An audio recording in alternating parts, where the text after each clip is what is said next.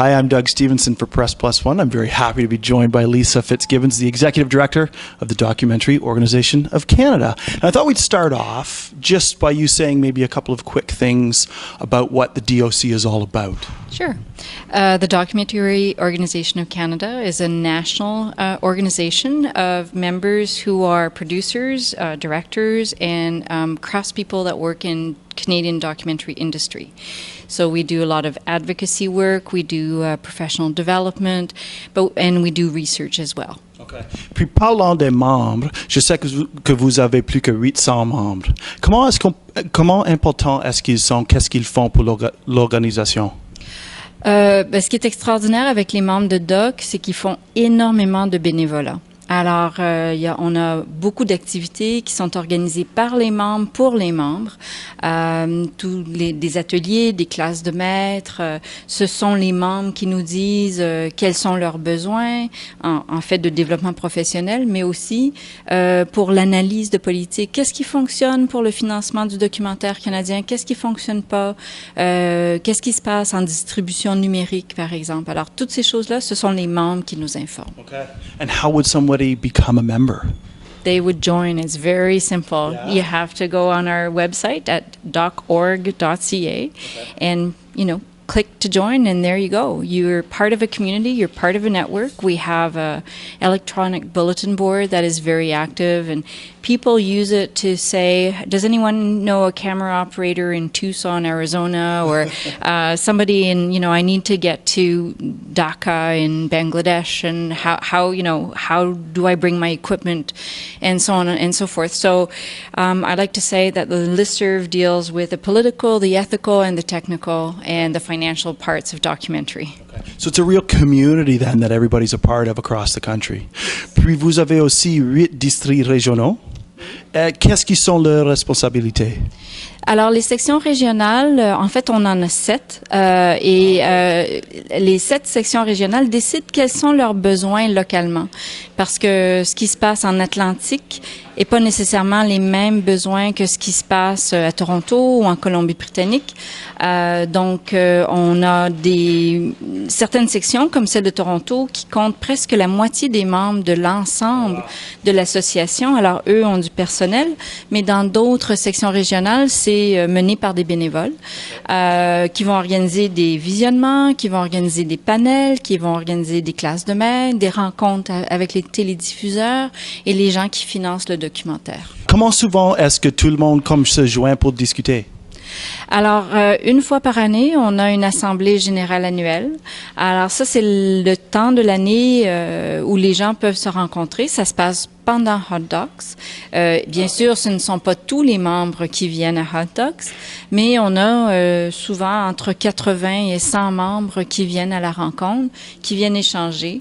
Mais encore une fois, le listserv est vraiment très, très utile pour pouvoir organiser, pour avoir un dialogue, en fait, à travers le pays. So there's lots that people can just talk about without having to meet face to face. Absolutely. And the thing is, because we have different committees working on, advocacy issues or membership issues or things like that, people do get to know each other over the phone, funnily enough. Yeah. And then when they meet, they go, oh, you look like this. Is that what you look like? Yeah. And, you just mentioned Hot Docs. Obviously, it's a pretty important part of documentary in Canada. How does that tie in with the DOC? Well, DOC founded Hot Docs. So DOC started 30 years ago. It was then called the Canadian Independent Film Caucus, and then it turned into the Documentary Organization of Canada. And the members at the time felt that there was a need to celebrate, what they did. And so they started this festival, and they wanted to have audiences come, and it just grew and grew, and it grew so rapidly that at one point it had to hive off and become its own thing. But there's still a very strong relationship between the two organizations. Even at the board level, half of the Hot Doc board is comprised of DOC members. Okay. And so there's a very tight relationship between the two organizations. Okay, nice. And obviously there are a lot of smaller festivals too. I'm part of one in Belleville. It's called Downtown Doc Fest. How important are the smaller organizations, especially for people who are growing their documentary career? I think, every festival is critical. What it does is that it develops audiences for the genre.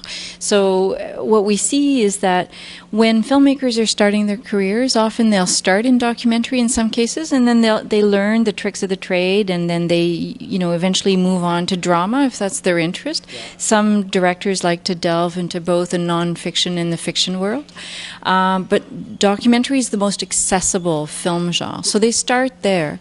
And so it's an opportunity, obviously, the smaller festivals are an opportunity for the filmmakers to get their film seen in smaller venues, be in touch with the audiences. Audiences get to see documentary, which is gaining in popularity more and more. So that's a really nice thing. Yeah, do you have any idea how many of the smaller festivals there might be across Canada? I mean, I guess what I mean is not an exact number, but are there, dozens or maybe only 5 or 6 or? Documentary specifically, we are probably talking about, I think documentary specific, less than half a dozen. Okay, so a small number. So very important to support the local ones as well as hot dogs.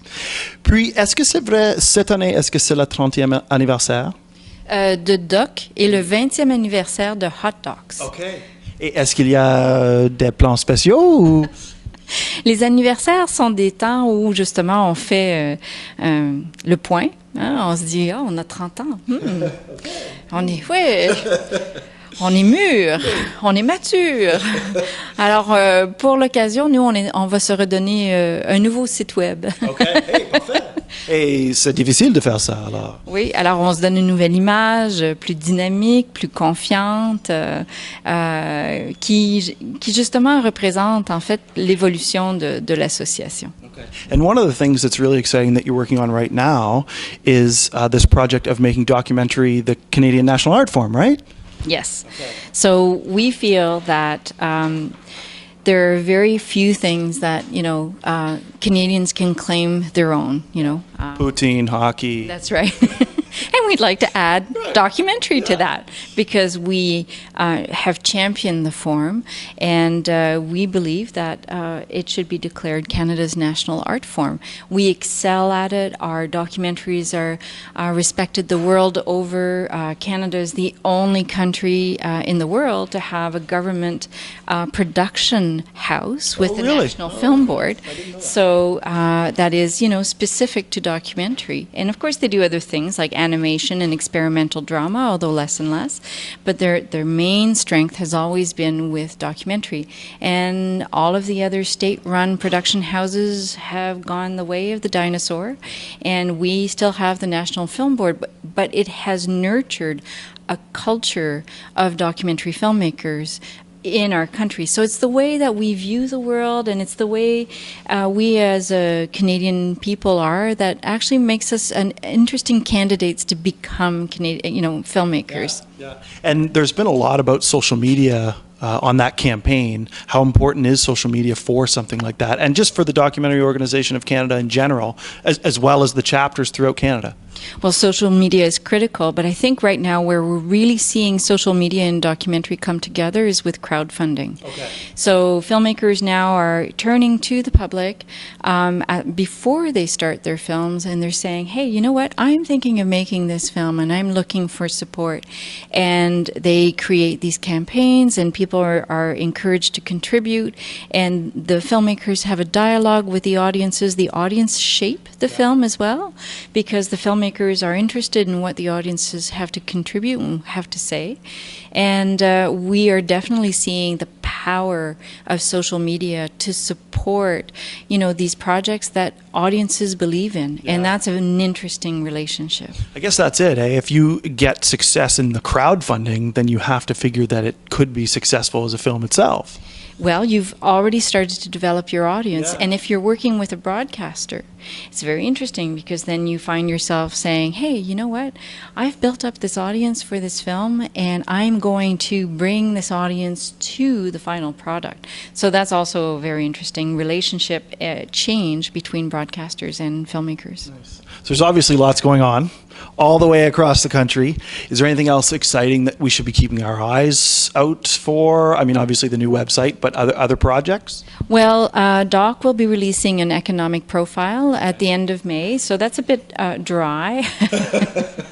But it's an interesting sort of picture that gives us a sense of how the industry is performing overall. DOCSA is just about to start, or has just started in Vancouver, and of course in the fall in Montreal there's the Rencontre Internationale du Documentaire de Montréal. So it's a very interesting time to follow documentary. And the other initiative that started is an initiative led by a DOC member called Get on the DOC Bus. Okay. And she's leaving from Victoria and traveling right across Canada to see where all these community screenings are, because that's where documentary really sort of takes its entire meaning. It's in connecting with the audience and engaging in conversations, because that's what documentaries are good for. Right. Before we wrap up, one thing that I want to mention, because I discovered it about a week ago when I was looking at the website, is the neat history that you've got on there. You know, you mentioned that it's kind of morphed over those 30 years, and someone's done a great job of tracking who was involved, what the main projects were, and that sort of thing. So I do want to encourage people to go to the DOC website in order to check that out, among other things. And if they're going to that website, what's the address? It's docorg, in one word, .ca. Well, Lisa, I thank you very much, not only for the interview, but also for getting me to exercise a little bit of French, which I haven't done in a very long time. So thank you so much, and all the best. Thank you, Doug.